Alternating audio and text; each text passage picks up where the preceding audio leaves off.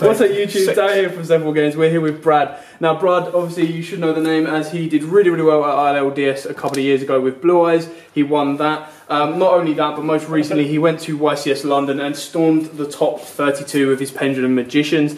And again today he won our winner box tournament and went 5-0 with his Pendulum Magicians, which he is going to profile for us today. So Bradley, take us away with your profile. Take two. Right, so this is basically the same build I played at a regional a couple of weeks ago where I came 6th. There's a couple of cards in here that you might be a bit iffy on. I kind of am too, so you can just swap them out. I'll go through that as we get to them. The mandatory cards you basically have to play is 3 Skull Crobat Joker, searches anything in the deck. Oh, you want me to do it that way? Fine. Do it our way, Brad, not your way, our way. 3 Wisdom Eye, again, same thing, searches you any scales. It basically is a 1 or 8 scale as long as you haven't like decked yourself out. 3 Harmonizing is an instant Xyz Link Synchro, grabs you anything from the deck, fills your graveyard with Xyz. You have to play 3. Then I'm also playing 3 of each of the core Magicians, so that's 3 Double Iris, 3 Violet Poison, and 3 Black Fang. Some people only play 2 of some of them. I feel that 3 is best just for consistency, especially when you're playing cards like Desires. You just want to always have them options available. Iris is necessary to grab you one of the best cards in the deck, which is Time Pendulum Graph. Purple Poison outs pretty much any card at the moment. It's got to be the first Pendulum deck that has a natural out to anti-spell. Natural out to anti-spell just by ram opponent's monster. Outs a sleeper if they don't have their field spell, because you just attack straight into it, damage step, you pop their last resort, and then you're going to get over it in battle. That's assuming you can bait it out first. Then a few of the, well, one that isn't iffy, Oath Dragon. You can play 2, I play 1. Really, you just want to search it off Wisdom Eye. Any other time, it's not the greatest. Drawing more than 1 you don't want, so I just keep it as 1 because you can always search it. I play 2 Pendulum Sorcerer. Great for turn 1, triggering your Double Iris, grabbing your trap or spell, and also grabbing your Skull Crobat if you haven't used it that turn. Either way, you're grabbing the Skull Crobat, but it also triggers your effects. Really, really strong card. 1 White Wing Magician. Some people don't run it at all. I feel like it's really good at 1. If you can Pendulum Call into it against Spirals and set in your scale, they can't hit your Pendulum Summoned Magicians on the field, because this is just going to negate that sleeper. Then you can go into Baguska, start switching their stuff to defense and kind of bring it down to a slow game. Also making double Omega by summoning us of Harmonizing, synchroing this with whatever you summon from your extra deck, making Omega, then using Harmonizing with one other for another Omega. Just shred your opponent's hand, especially if they've played a hand trap you on that. They're starting the game with 3 cards. You're probably going to win that. And then 2 Astrograph. Like White Wing, I'm a bit iffy on it. It's okay, it's not the greatest card, but there are cool combos where you just get game a lot quicker with your own Wavering Eyes, popping something, searching Astrograph, then specialing it straight away. It is a really strong card, but maxing out 3 is just unnecessary. I'm trying 2 at the moment. It's a good card, I'd try it. We'll move on to the hand traps. 1 Maxi, you pretty much have to play that in everything. And 3 Ash. I only play 4 hand traps at the moment because you don't really want to brick with too many. At the YCS, I did play 3 Droll, but especially in Aria, there hasn't been too many Spiral, and there's been a lot of Rogue or other Magician decks, so Ash is just a better alternative at the moment. We'll go into the spells. 2 Pot of Desires. You can run 3. I feel like you have to play it. A lot of people don't rate it or don't like it, especially not such competitive players. But this card, it basically is mandatory. It's not going to ruin you. People are always worried about, what if I banish 3 of this? That rarely happens, and gaining a card it's just worth playing it. 2-star Pendulum Graph. You can play 1, I play 2. Just in case your Desires banish 1, you want the second one to fall back on, and gives you searches in case 1 gets destroyed. Double Iris searches it, so it needs to be there. And next to plus is the longer it stays on the turn, you just gain more advantage over your opponent. Mandatory card. Some people play 2, I feel that's stupid.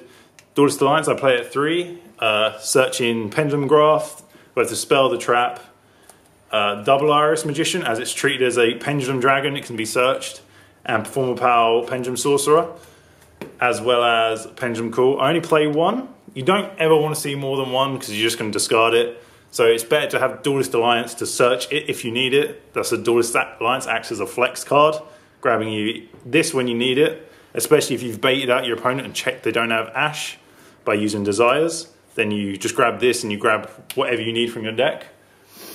And then 2 Wavering Eyes. Card's good, great in the mirror match. Against anything else, it's not amazing. Allows you to out Baguska with a Violet Poison in the scale. Grabs you searches, combos of Astrograph. It's a really good card, but playing more than 2, you're not going to enjoy it, really. You're going to get it more times when you don't need it than when you do. And 2-time Pendulum Graph as the traps. They're the only traps you play in the deck. Stops your Pendulum Magicians or your spellcasters being targeted by your opponent's traps. So if for some reason you're playing as Paleo, that's going to come in handy. The main effect is destroying and sending cards, especially if you use Pendulum Call. Card's great, gets searched by Duelist Alliance and Double Iris.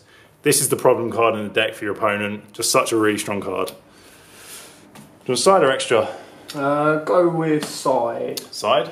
Go side and then we'll move into the extra. Okay, right, so side.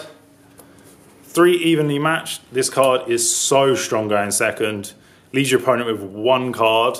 So if you're in the mirror match and it's the trap, they can't even use it because they have no scale to trigger its effect. Leaves your opponent with literally only 1 card and allows you to then main phase 2, start playing the game. 3-dimensional barrier. This card, it got a little bit worse with links because obviously it gives your opponents more options that aren't affected. But in the mirror match, stops them penduluming, stops them using Skullcrobat's effect. Against ABC, you can block them from ABC for as long as you can. The card's really strong going first. Unlike evenly matched, obviously they're both traps, but evenly matched you won't go in second, dim barrier you won't go in first. Against Spiral you wouldn't use it. It's only really there for mostly rogue decks or magician, maybe ABC. 3 Cosmic Cyclone. This card is really strong against a lot of decks. Anything that really relies on their spells and traps, you want this. So Tricksters start hitting their back row, and it's a very back row heavy deck. Or their field spell, if you're going second, so you can stop them searching. If you're going first row, you can stop them searching. Against Spiral, can hit their field spell. Against Magician, you can get rid of their scales without triggering their effects. The card's really strong, and I feel like this is one of the main cards you should be siding or maining at the moment. 3 Solemn Strike. Again, this card at the moment, it's a bit iffy. You only really want it going first. Going second, you don't want to draw it because it's just going to brick your hand and leave you with less playable cards. It's mostly there just for rogue decks because obviously against Magicians, it's going to trigger all their cards. Against Spiral going first, it's pretty good. Will stop their Super Agent after they've used both its effects, so then they can't use it again for the rest of the turn or hit anything else. Or can hit them when they go into the extra deck. The card's actually pretty strong, but then again, it can ruin a okay hand if you don't draw any combo pieces. 2 Ghost Ogre. You can max this out to 3 if you want. It's there for going second against Spiral to hit their Helix or Field Spell, stop them getting any more resources, try and slow them down a bit. I'm sure you're aware that hand traps are really important at the moment. 3rd Wavering Eyes from the main deck. So this is here just for the mirror match because the card is so strong. If you manage to trigger a 3 or 4, you're probably going to win the game. Just looked at the calendar and gone, you are in it then. Only one to. I'll move on to the extra deck. 2 Star Magician. You don't really need to. The card is pretty good. You use 2 Magicians to search, and obviously allows you to use the second part of your traps effect. It's kind of a go-to if you don't know what your opponent's playing or you just need to gain more advantage. Baguska, this card is so strong going first. Stops your opponent's monster effects. This card, if you feel like you're against a pretty competitive player and you know that they're going to be playing a high competitive deck such as Spiral, you want to be making this first turn just to slow down their first turn and actually give you another turn. Tornado Dragon, this card's pretty flexible. It can be used to out your opponent's back row or trigger your Iris, your Violet Poison during your turn, your opponent's turn. Lets you use your Magician effects just a lot more frequently. Lets you use Iris on your first turn to grab the trap if you need it. Abyss Dweller. This card's here mostly for Rogue again. ABC, Light Sworn. It's pretty good. Stops all them graveyard effects. I'm sure you're aware. The card's been useful for ages now. It's BA as well. It's pretty good again. Stops their far, assuming you use it during their standby phase or whatever. The card's useful. I haven't used it that much because I haven't played against too much Rogue lately, but it's there just in case. 4-Mage Trapeze Magician lets any of your spellcasters attack twice, especially if you half an opponent's monster, give yourself double damage. One of your monsters, not even spellcasters, one of your monsters is going to hit them twice. Allows you to go for game a lot more easily.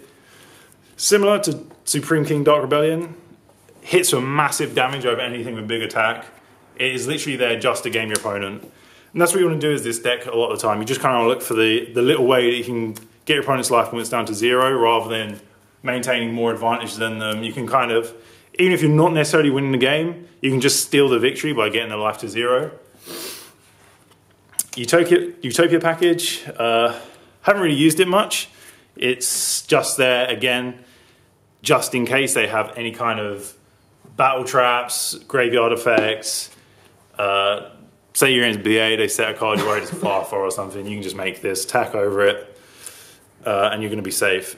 It's just there as a pretty flexible card. You can swap it out for Decode Talker, anything you really want. We'll move on to Synchros. 2-side Frame Lord Omega. This is here for the double Omega play, really strong first turn. If you can, do this against pretty much any deck you can. If you get this off, you're limiting your opponent's play. The chances are they're not going to be able to do much with only 4 cards. Especially you then have some kind of back resource, such as a Wavering Eyes and a Violet Poison or a Trap. Ignista, this card is really strong. Non-target removal is always good. In the mirror match, being able to take out a pendulum monster off their field and another card, you're gaining so much advantage, and you can then push for game over the top of that. Dragon Clearwing, really strong card. White opponent's board, just a Regeki. Again, lets you push for game, which is what you want to be doing for this deck. You synchro this up with a load of pendulum monsters, you're probably going to be able to just get game there. Alignment Paladin, haven't really had much use of this. It's there though just for kind of mid to late game. If the game's gone that far, you can grab yourself back another Desires if you need it, or Wavering Eyes in the mirror, Duelist Alliance. You can just grab back any spell that you might need at that point in time. And then the final card is Akashic Magician. This is a dark spellcaster, so it can be used for like all your magician effects. So your opponent has a Baguska, you can pendulum summon out 2 dark spellcasters, make this, put a Violet Poison in your scout and just attack over the Baguska because it can't be switched to defense. Or if they have a Decode Talker, you can link summon this, bounce it, Decode can't respond because it's not targeting, and then you still have a free zone beneath it.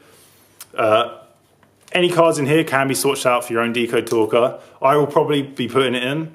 There's chances where I need it, maybe in Alignment Paladin or Utopia package.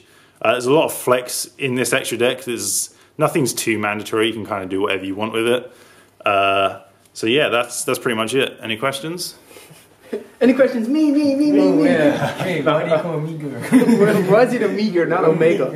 No. It's Omega free. Omega free. In this case, it's Omega 2. It's not healthy. What? So that's it. I just want to know why is this. What's your view on Starving Venom? Starving Venom. Something I personally have always liked. What, the fusion? Yeah, the Supreme King. It's better on paper than it is in reality. So you're gonna have it in your extra deck. You're probably not really gonna use it. Someone's saying you can copy Ignista's effect, but that requires you to go Ignista, it get Ghost Ogred, and you still have 2 other things. But in that case, you can pretty much just make anything else in the extra deck in that case. It's not that great of a card. There's minimal you can really copy with its effect at the moment. Maybe in future formats where there's really strong cards that your opponent gets in the grave that you want to copy the effect of, then you'd play it. But in the current meta, it's just... it's just not that great. Anyway, so that is Brad's winning deck profile. Like I said, the best thing about Pendulum Magicians is there's a good chunk of cards that are staple that pretty much 99% of the decks play, and then there's another good chunk of it which is all flexibility that you can personalise and make it your own. So this is to give you an idea of what the kind of the benchmark of Pendulum Magician decks kind of are, and see where you can go from there. So thanks for watching. Don't forget to like, comment, subscribe, share. Till next time, guys, as always, Happy Dueling. If you like that video, why not check out our other videos available? We've got more deck profiles, pack openings, and of course duels. And don't forget to click on the most important button of all, that subscribe button, right in the bottom left hand corner.